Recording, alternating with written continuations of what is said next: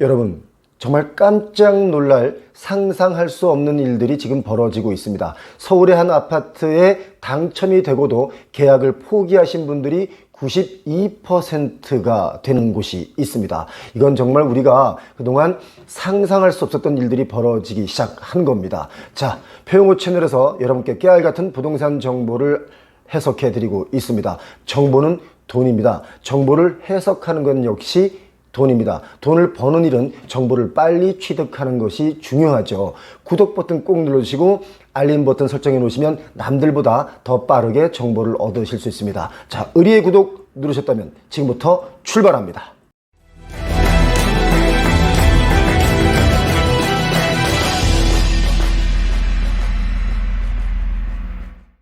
서울에서 아파트 당첨이 되고도 계약 포기자가 기하급수적으로 늘고 있습니다. 당첨 후에 계약을 하지 않으면 10년은 청약을 넣을 수가 없는데도 말이죠.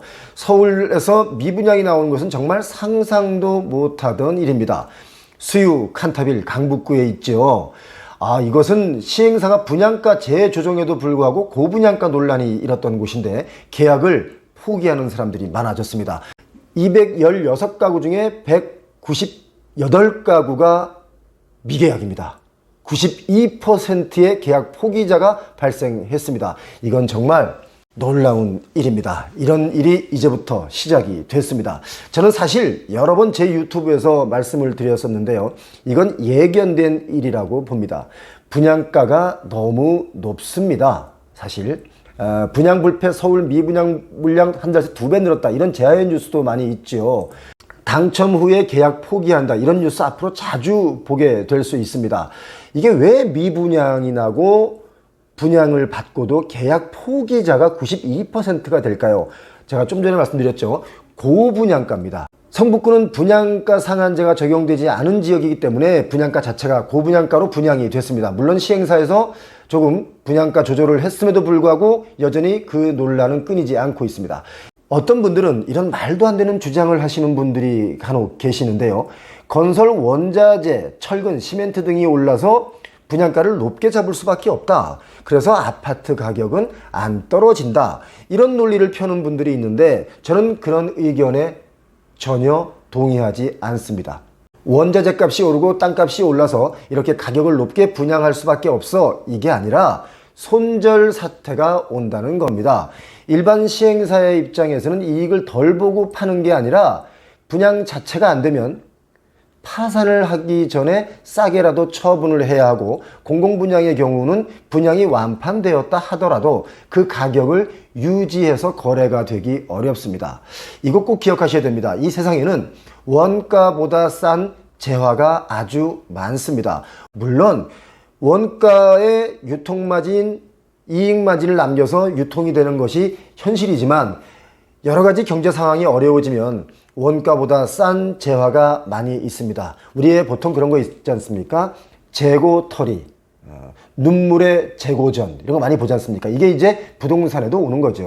실수요자들이 높은 가격에는 등을 돌리는 겁니다. 아파트 투기가 이루어질 때는 실수요자가 아니라 투자자들이 매수를 했습니다. 그래서 이런 물량을 받아서 피를 붙여서 팔았죠. 그러나 이제는 실수요자가 매수 대기를 하고 있기 때문에 이렇게 계약을 포기하는 일마저 벌어지고 있는 거라고 저는 봅니다.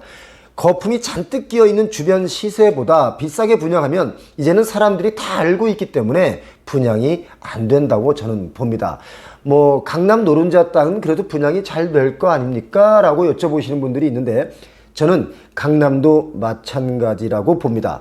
초긴축의 늪은 다 집어삼킵니다. 새 아파트, 새 건물, 하이엔드, 이런 거기 때문에 주변 시세보다 비싸게 분양해도 잘 팔린다, 이제 이건 아니라고 보는 거죠. 인플레이션의 시대, 긴축 공포의 늪에서 절대 분양 완판을 기대할 수는 없고, 오히려 이게 좀 걱정입니다. 시행사, 시공사, 부도를 걱정해야 할 판입니다. 사실 부실한 부동산 PF가 늘고 있다는 거 알고 계십니까? 시행사가 파산하면 그 피해자는 시행사가 아니라 분양받은 수분양자들입니다. 일반 분양받은 사람들이라는 얘기입니다.